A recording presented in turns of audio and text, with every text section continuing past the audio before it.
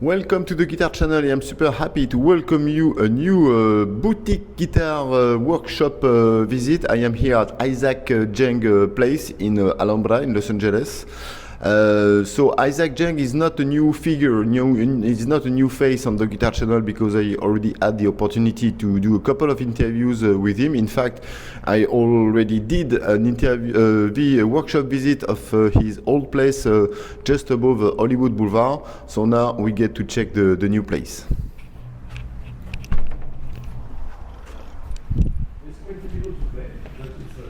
Ta-da! Who's here?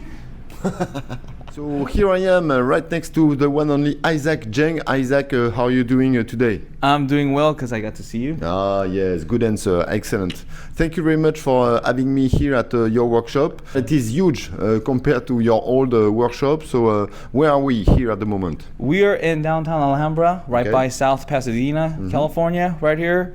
And yeah, thankfully my shop expanded. Okay. It would have been about this corner is all I had in my old shop, as you remember. Yeah. Now I have about 6.5 times the size, and thankful to be here and be able to build guitars in this space. Yeah. How long have you been here? I don't remember. Was it 1 or 2 years ago? 2 years ago? When I signed the lease, the contract, the week later, we had a COVID situation happen. Okay. So 2020. Okay, 2020, so it's easy to remember. And I think we did a FaceTime interview while you were here, and we did a visit like that. Yes, exactly. And that was, we still had, things were still sort of settling in. Now I have a lot more stuff in the shop, and it's like getting out of control. So I need to start cleaning up more. Okay. Yeah, sure. So tell us, what do you do here? What is this space? This space is my dry area. I do a lot of carving, brace carving, voicing, setup work, binding, sort of quiet work where I don't have to make a lot of dust. I keep a lot of things here, design work, and then it's also used as office space. Okay. So. Yeah. And it's good that you have plenty of natural light too. Yeah, I like, because I spend so many hours here, I need to stay sane, so I need to see sort of like need some natural lights coming in, sunlights, to keep me, be more inspired to build guitars. All right, let me flip the camera and we're going to do a 360. That's fancy, huh? So we see your computer there where you watch YouTube videos all day long pretending you're working, right? That's right. Content creator. Yeah. Okay, so that's where you put the bar deck. In French we call this ciel de luthier, which would be the sky of luthier. That's a nicer word. Sky. Yeah. Yeah. But right now it's chaos. Okay. As you can see, things are just piled up. Okay. And this is all sharpening space station here with tool wall. So I spend a lot of time sharpening tools. And the most important part of the shop, the coffee grinder and the coffee machine. You know it. Yeah. That's where I do my pour overs and stay caffeinated. Okay. Yeah. Excellent.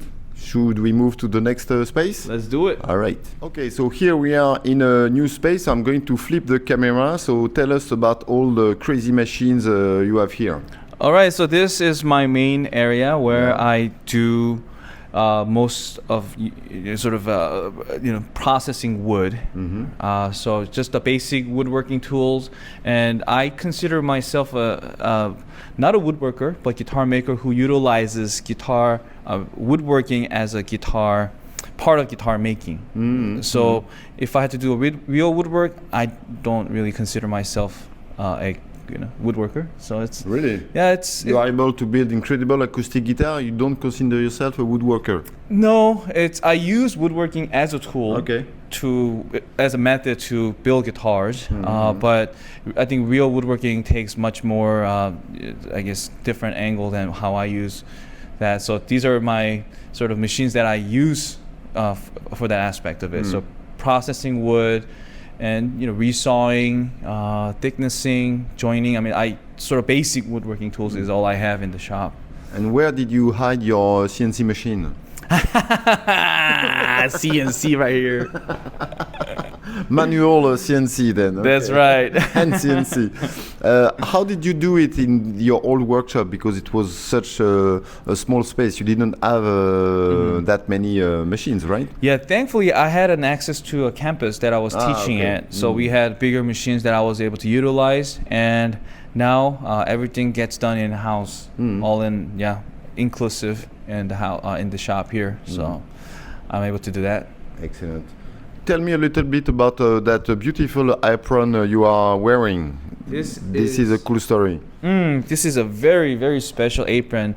My hero Claudio Pagelli sent me this apron that he built, I think, over 100 guitars with, and he sent it to me as a gift. Nice. And I was just like almost in tears when I received it. I was like, I just could not believe it.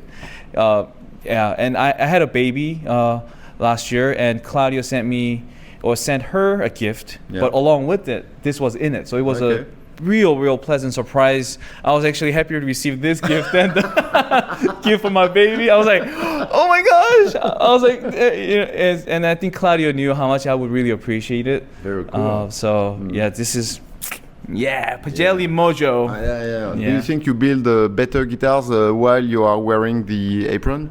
Oh, I feel the superpower coming in. Okay. Yeah, with this apron on. So. Excellent.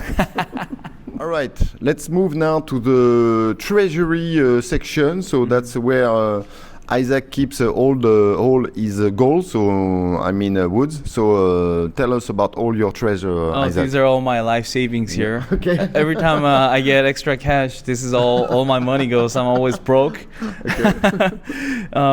And here is sort of where I keep my wood, and I let them air dry and season for years before I can actually use them. Yeah. And over here from the top, you can see a lot of mahogany neck blanks, and some other species. I have some koa neck blanks and like walnut neck blanks for different projects. And then over here, I have the tops. Yeah. I have anywhere from redwood, Engelmann, Old Sika to Adirondack, Italian, Alpine, German. Engelmann is Swiss, right? Engelmann is just a type of wood? Canadian mountain, okay. Engelmann mountain.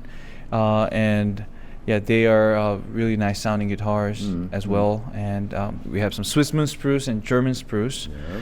And then coming down here, some Brazilian rosewood, Cocobolo, African blackwood, Madagascar rosewood, some tree mahogany and different types of mahogany, koa, and all different sort of exotic miscellaneous fun woods that I have maybe a few pieces, sets of each.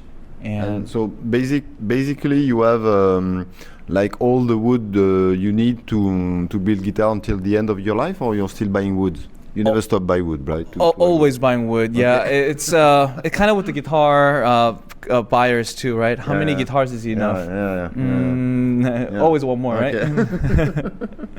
Yeah, but with guitar makers, it's usually more than one more, right? It's usually 2 to 3 plus 10 time to time. Okay. Yeah. Excellent. Show us that incredible nice piece of wood that you have. Let me flip again the camera. Maybe if you can put it up there. Yeah. Check this out. There is a cool story around this one. So tell us what it is. This is the tree mahogany, and this is going to be a one-piece bag for my 00 size guitar for a client that I'll be building sometime next year. And this comes from a huge table that I acquired a few years ago and resawed into sets, and this will be one of the guitars that will come out of it. So. And what's special about this? It is mahogany, but it is the figure is incredible. It's the figure, it's the age, it's the story that, and it's also the rarity that there was only one tree that came out of it. It was a huge tree because, I mean, there were a lot of guitar sets coming out of it, and I've still seeing some boards still coming from that, and I think it also makes a really good sounding guitar, and it sounds like a really good mahogany to me, and it's beautiful, and it's great to work with. We talk a lot in the past few months or years that the prices of the wood are really going up. I guess you saw that too, or what's your take on that? Yes, Yeah. but I think the prices of wood have been going up pretty steadily over the last, few decades, right? Okay. I mean, Brazilian rosewood used to cost like $300, $500.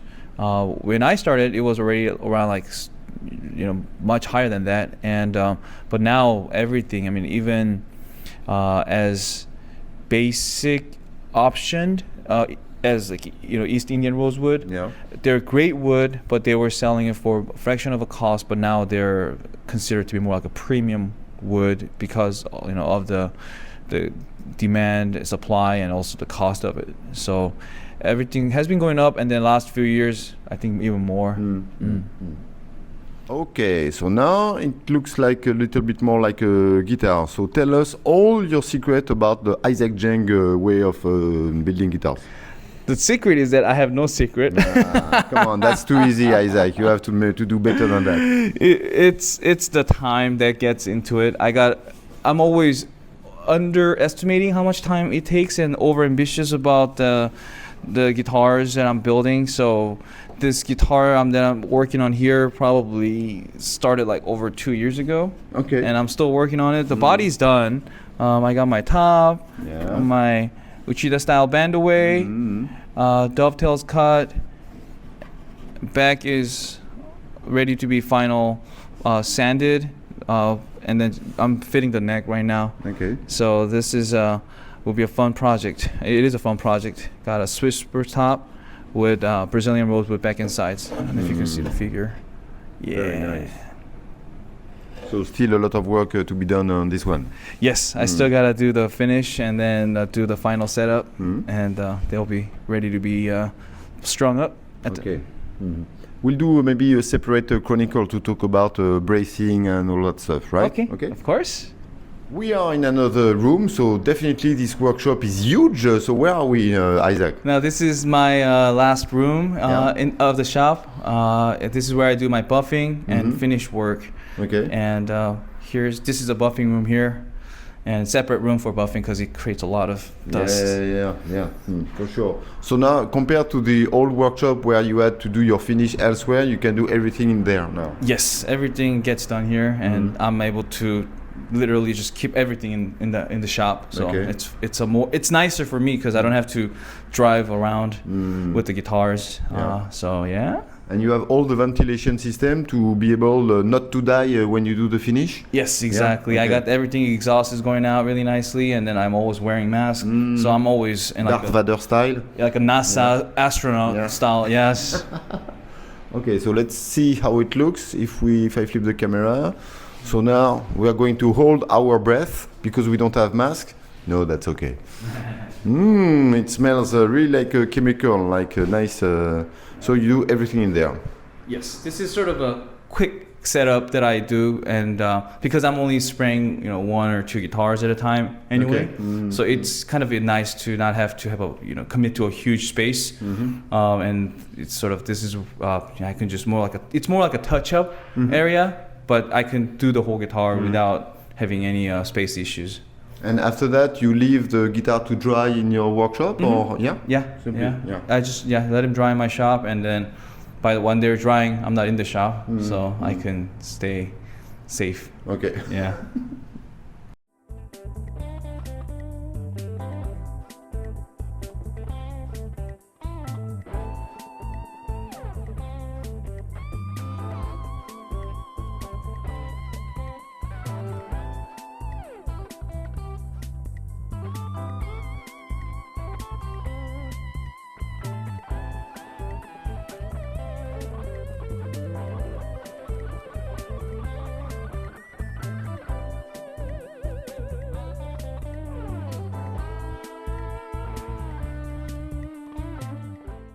For the price of a magazine, subscribe to The Guitar Channel to access the full videos.